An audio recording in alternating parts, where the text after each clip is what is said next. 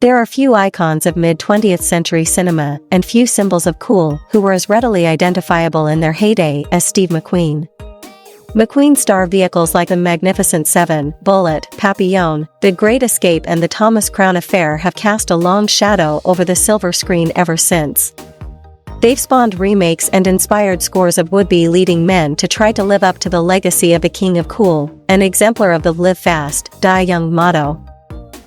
Most of those who idolized McQueen's image, however, didn't know what his life was like behind the scenes or the struggles he suffered with addiction and its complicating effects on his family life. McQueen himself never spoke of his issues with drug use, but reports of his addictive struggles have come about in the years since, especially in My Husband, My Friend, a biography penned by ex-wife Neile McQueen Toffel.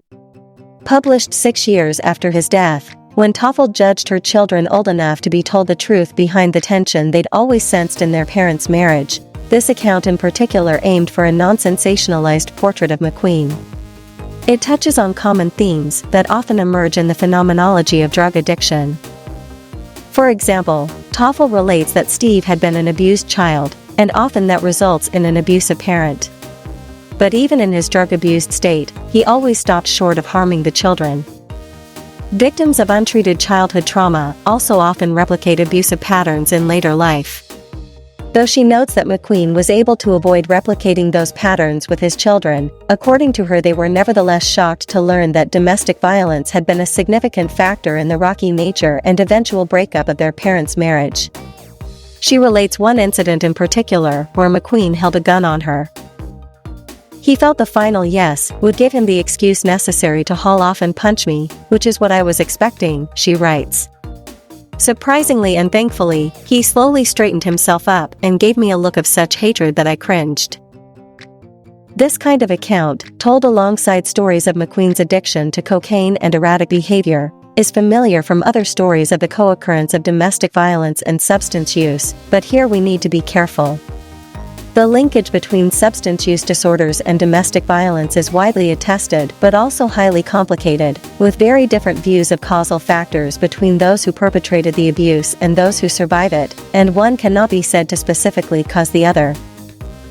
There's also a common pattern of abusive partners attempting to coerce or cajole their significant other into joining them in substance use, something Toffler credits in an interview with leading to the first physically violent episode of the marriage. Her relation of the episode, unfortunately one night in Le Mans, he gave me some coke. He didn't force me, but he kept saying, "Oh please do," and I was so exhausted, and I knew he was not going to let me go to sleep if I didn't have some coke with him. So I said, "Okay, let me have some." And as soon as I had some, it hit me like a ton of bricks, and I started to giggle, which was really surprising. Steve McQueen knew somewhere along the way that his wife had had an affair somewhere because he kept saying, "I would really understand if you had because I put you through hell." And then I said, "Really, honey?" I suddenly saw that pain in his eyes because he knew. A common thread in many stories of celebrity addiction is the reportage of erratic, unpredictable, and high-risk behaviors. This turns up in the stories of Steve McQueen's life, too.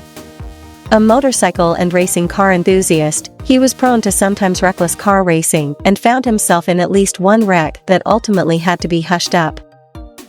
McQueen was also known for being a sometimes difficult star who made outrageous demands of studios. His refusal of the co-starring role in Butch Cassidy and the Sundance Kid was reportedly owed to his insistence on being billed above Paul Newman.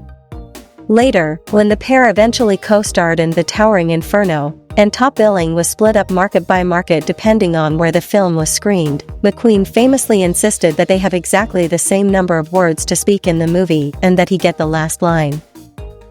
Though he fell out with directors, co-stars, and producers all through his career, probably the clearest example of McQueen's addictions interfering with his career was the disastrous filming of Le Mans, a passion project of more than a decade.